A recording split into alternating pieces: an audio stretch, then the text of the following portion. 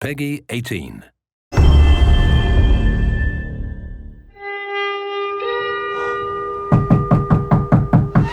I'm coming.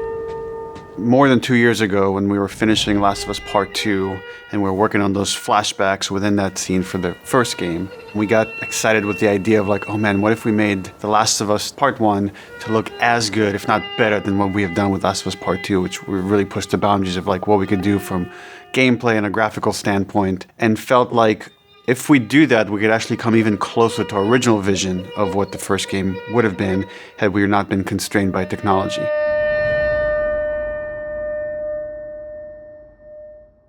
The original creative vision of The Last of Us, I think in a lot of ways was larger than what the PlayStation 3 was capable of.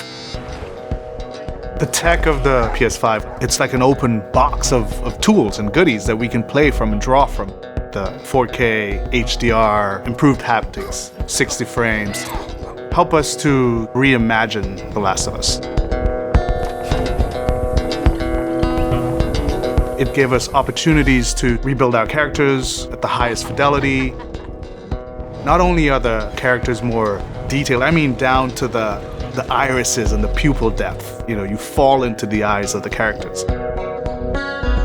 Aside from that, the facial animation is just way more believable. Like all the nuances, all the little subtle reactions, glances, glares, right? Like you get all of it almost closer to sort of the original performances. So no matter what, you stick to me like glue. Like glue. Like glue. Got it. Good. We are able now to not only just have the highest fidelity characters in the cutscene, but also in gameplay. It's the same character, so now we can do these seamless transitions in and out. Every part of the game has benefited from seamless transitions and emotional scripting. Pretty good, huh? Our stories happen in gameplay, on a stick. She knew my mom. All this stuff is designed to keep you constantly in this world. Riley, come here. Now you got this, go.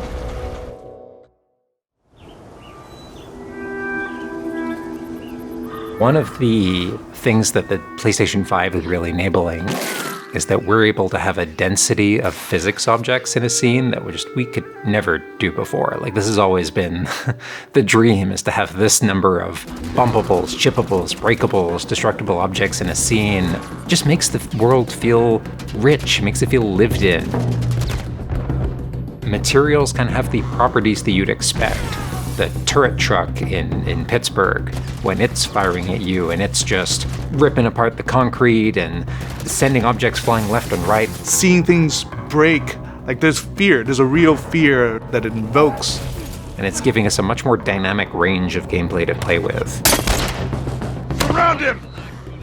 Our AI tech has just increased incredibly. What we were building the basis off of was The Last of Us Part 2's AI. And it has sophisticated systems for things like the fundamental knowledge model of how these NPCs perceive and understand what the player is much more sophisticated. Now how the enemies are communicating with each other, how they're chasing you, how they're flanking you, how intense that fight feels, it's so much more rewarding coming out of it from the other side.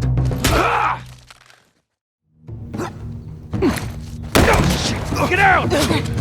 One of the other big AI improvements is the buddies. The buddies technology that we developed for The Last of Us Part 2 has this very sophisticated understanding of like, okay, this is where the enemies can see their exposure. We not only have exposure, we have future exposure. So buddies can know, okay, that enemy is walking forward and they're about to round this corner. So in 3 seconds, that corner is going to be exposed. So I'd better move now to avoid this enemy seeing me. This really lets the buddies make very complex decisions and maintain that feeling of stealth much more believably. Another big enhancement to the gameplay is that we have this technology called motion matching. Motion matching is this technology that's basically using logic that tries to match the desired movement to a bucket of hundreds of animations. A mocapped actor has gone in and run this whole gauntlet of movements to get a really full set of all the different ways a person can move. And then it's basically every frame trying to find the best matching animation that fits the path of where the character is going to go. And this motion model just gives this really seamless sense of transition. The player's movement is just a lot cleaner. It's this really smooth, organic movement through the space. First, we just had to build that core experience. And then beyond that, we wanted to add several features that fans have been asking for. For example, we now have a permadeath mode. Along that, we've added a brand new speedrun mode, so players can time themselves. There's a whole community of gamers that just want to see how fast they can play through this game. Beyond that, we added a bunch more of unlockables. So there's all these different outfits for Ellie and Joel that people can unlock. A model viewer mode, so people can really appreciate the details. We added award-winning accessibility features. Every single accessibility option that we offer, that's a barrier removed for someone. As she surveys the apartment, her eyes wander to Joel. She steps past the couch. He wears the wristwatch Sarah gifted him, which now has a cracked face. To my knowledge, this is the first PlayStation game that has audio description built into the game, built into the cinematics. Now it's nighttime. Joel stirs in his sleep. And that's really the way we've tried to push the frontier of accessibility on this game.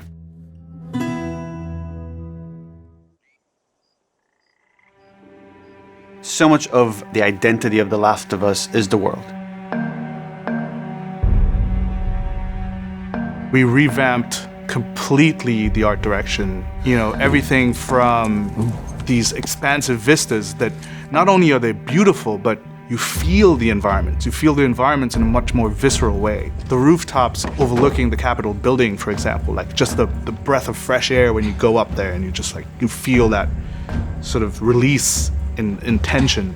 And then, to juxtapose that down in the tunnels in Wilds, and you get that dank, flooded tunnel feel, that humidity, you can actually feel it. All these environments are just completely reimagined.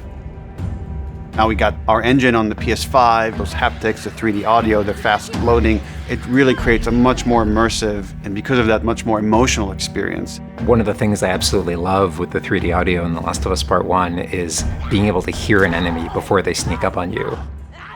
And trying to do a stalker fight with the 3D audio is just so much fun. You're hearing them skitter around in a different room, and you're hearing them trying to get up behind you.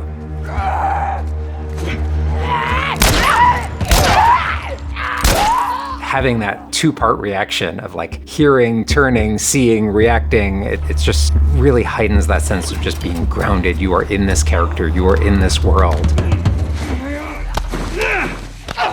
Now, with the PlayStation 5, the amount of control that developers have over the DualSense, it's really, really cool. All the guns in the game have a variable amount of resistance on the triggers when you aim them. The way it works with the bow is that at the very beginning, when they're starting to draw the bow, there's a little bit of resistance. And then as the bow gets tauter and tauter, the amount of resistance is increasing. And then when you release the bow, you're also getting that resistance going out of the trigger. When you are aiming and firing the shotgun, you're going to get a haptic vibration on the shot. And then what I think is one of the ways that the DualSense really advances things is you're going to get a haptic vibration on the pump of the shotgun. And what's much more sophisticated about that on the DualSense is that in effect has a little like speaker in it. And it's playing an audio file that comes through in the vibrations. And those two beats is what you're going to feel on the controller. Looks like a good spot. This also ties in to the new Workbench Animations. So if you're seeing Joel taking apart a gun or screwing something in or putting a new stock on a gun, that moment where he's like jamming that on, you're going to get that haptic feedback on that. We have, haptics all across the board, for all the moments you kind of expect, for clambering, jumping, landing, meleeing, getting meleeed, like all those kind of high intensity moments we have represented in the haptics. What I personally absolutely adore is the way we can enhance the really quiet, subtle moments of gameplay. So it's like when Joel goes in to pet the giraffe, getting that little light touch on the haptics as he's petting the giraffe. To me, that's the essence of The Last of Us. It's the high tension moments, it's the low tension moments, it's all of it feeling grounded. You're feeling immersed in this world. It's all about bringing you along with that story in as many ways as we can. And that's what the new technology on the PlayStation 5 is allowing.